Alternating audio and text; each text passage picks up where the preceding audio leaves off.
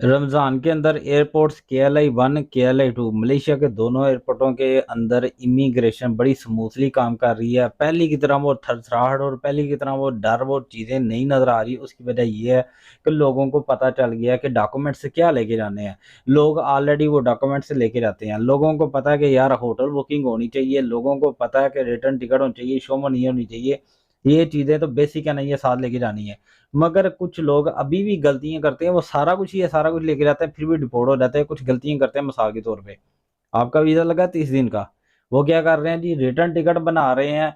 हमने जाना है 18 दिन बाद वापस, हमने 15 दिन बाद वापस, हमने 20 दिन बाद वापस, किसी ने 25 दिन बाद वापस रिटर्न टिकट बनाई है। जो इमिग्रेशन ऑफिसर बैठा हुआ है उसको पता है कि यार ये बंदा जो इतनी दिनों के बाद वापस जा रहा है, क्या बंदा इतना ही फजूल टाइम है इस बंदे के पास है? ये बंदे ने यहाँ पे बैठ के क्या करना है इतने दिन? इसका मतलब है कि ये बंदा यहाँ पे ही कि कोई सेटल शुटल होना चाह रहा है, यहाँ पे कोई वीज़ा शीज़ा लेके या इल्लीगल हो जाएगा, तो इस बंदे को, इस तरह के बंदे को डिपोर्ट कर देते हैं। नंबर 2, मैंने बताया था कि अगर आपने आना है इमिग्रेशन है तो ये मलेशिया, तो ये एक बात का ख्याल रखिएगा कि यार आपके पास जो शो मनी है वो सपोर्ट करे कि पर डे के हिसाब से कम 100 US डॉलर, 100 US डॉलर आपके पास शो मनी होनी चाहिए। उसका फ़ायदा ये होता है कि अगले बंदे को समझ आ जाती है, हाँ इस बंदे के पास पूरा टोटल कोटा है कि जितने दिन इसने रहना है उस हिसाब से कम शो मनी 500 US डॉलर ले आइएगा। ये मैं आपको बता रहा था। अब जो बंदा आ रहा है वो जो 18 दिन के लिए आ रहा है उसके पास 1800 डॉलर नहीं होते हैं। जो 20 दिन के लिए आ रहा है उसके पास 2000 डॉलर नहीं होते हैं। ये बहुत बड़ी अमाउंट बन जाती है।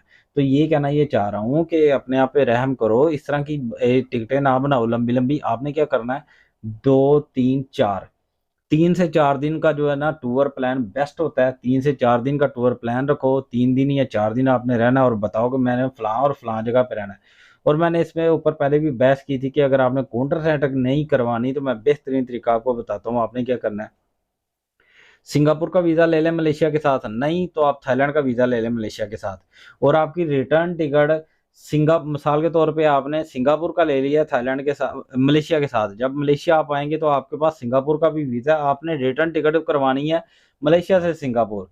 उसका फ़ायदा ये होगा कि जो टिकट होती है इंतहाई सस्ती टिकट होती है, छोटी-सी टिकट होती है, वो आप मलेशिया से सिंगापुर कर सकते हो।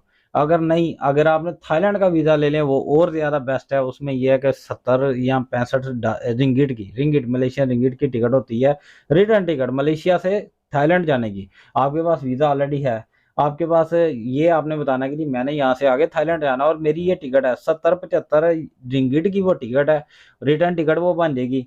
अब वो उस पता है इमिग्रेशन ऑफिसर को पता है कि हाँ, ये बंदा विज़िटर है, इसके पास आगे जाने की टिकट भी है और वीज़ा भी है, वो बंदे को भी वो एंट्री ज़रूर देते हैं।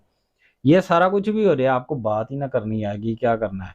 आपने बात ही ना वहाँ पे आए तो फिर भी उस बंदे को डिपोर्ट कर देते हैं। ये सारा कुछ है इस बंदे के पास, ये बंदे को पता ही नहीं बात किस तरह करनी है। अच्छा, परसों मेरा दोस्त आया, वो कह रहा है कि एक बंदे को उन्होंने डिपोर्ट इसलिए कर दिया कि वो नई शर्ट ऐसे लेके ना, नई शर्ट लेके तो वो पहनी हुई थी, तो वो जो प्रेस हुए के निशान हुए होते हैं इधर, वो पड़े हुए थे जैसे कोई गाँव से उठ के आता है, तो उसी तरह शर्ट के ऊपर प्रेस के निशान लगे हुए हैं। इसका मतलब ये है कि बस वो कोई गाँव से उठ के आया, बस उसने कपड़े पहने और आ गया वो। इस तरह के बंदे को समझ आते हैं कि यार इस बंदे ने तो कपड़े इस तरह के लगता है कपड़े पहने ही नहीं और ये सिर्फ अब के लिए पहन के आया, उन्होंने डिपोर्ट कर दिया था उसको। ये भी चीज़ें होती हैं। और हाँ, कुछ लोग ऐसे वहाँ पे आते हैं और फ़ोन कर रहे होते हैं अपने एजेंटों को, यार मैं कहाँ पे पहुँचूँ, यार मुझे बताओ ये क्या है, वो है, परेशान हो रहे होते हैं।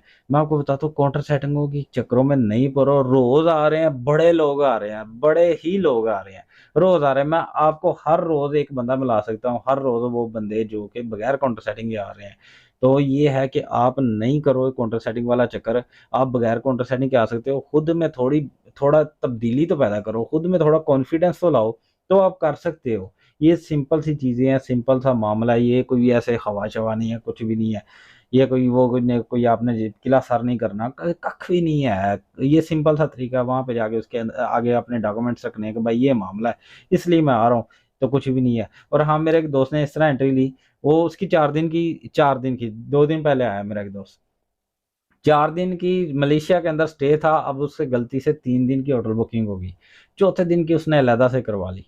अब जो इमिग्रेशन ऑफ़िसर है उसको पता चल जाएगा कि हाँ, ये बंदा पूरा प्लान के साथ आया कि इसने 3 दिन वहाँ पे रहना है और 1 दिन उसने वहाँ पे रहना है, ये वाक़ई विज़िटर है बंदा, वाक़ई टूरिज़्म के लिए आया है। ऐसे बंदे को भी वो आराम से एंट्री दे देते हैं।